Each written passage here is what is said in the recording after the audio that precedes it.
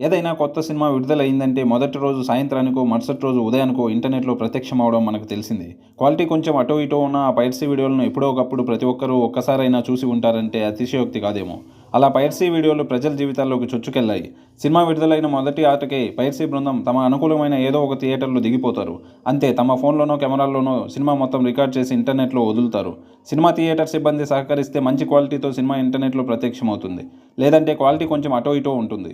ఈ పైరసీకి చిన్న సినిమా, పెద్ద సినిమా అని తేడా లేదు. చిన్న హీరో, పెద్ద హీరో అని తేడా లేదు. అందరూ దీని బారిన పడిన వాళ్ళే.